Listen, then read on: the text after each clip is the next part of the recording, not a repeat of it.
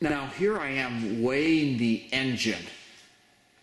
I still have it crated in its metal frame, but that's because it sure makes it easier to find a place to hook it onto.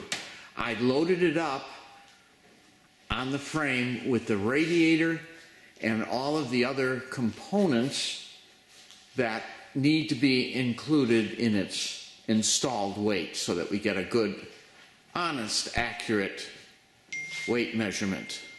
There's the radiator, and behind it is the package with the ring and other mounting parts in it.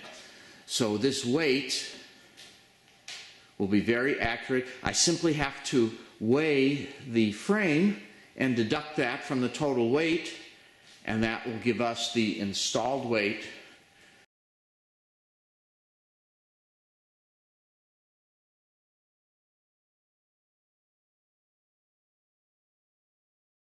So we have extracted the engine from its cage. This was the shipping container, if you will, and it's all made out of steel, very nicely created, welded, and these were the mounting points for the engine. So the engine was mounted on its own, where you normally would mount the engine, onto here, and back here the propeller flange center bolt was located there.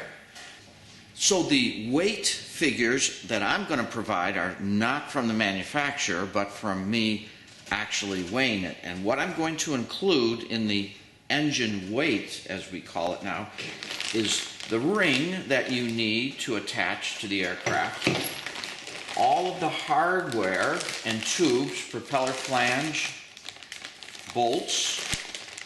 This bracket is used to mount the radiator. The radiator will be included with this weight because it becomes permanently attached to the engine by way of this bracket.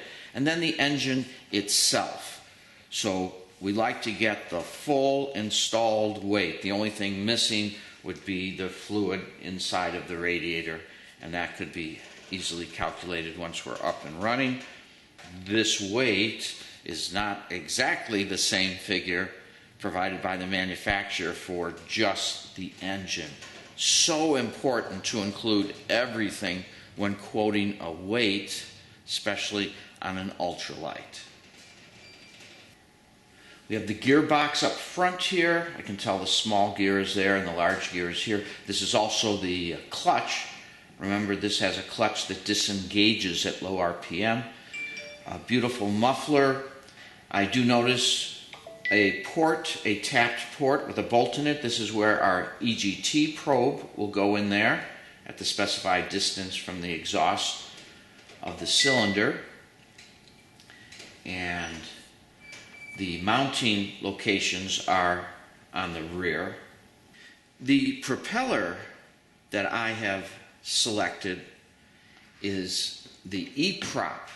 The E-prop is made in France, and these have been used on Polini engines for quite a while. That's why I went with it. They have experience. This one was made for the Polini 202 and for the tractor configured Affordaplane.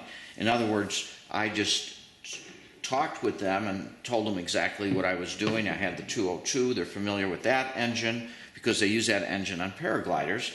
But of course, a paraglider is not a tractor. It pushes rather than pulls, or vice versa, depending which way you look at it. But I needed this for a tractor configuration, and they knew exactly what to create.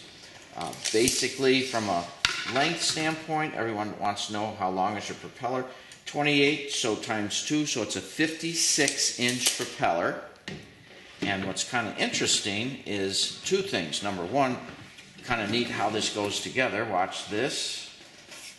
Because of the way this hub is formed, it simply slides together. The bolts match up, and now you have a propeller.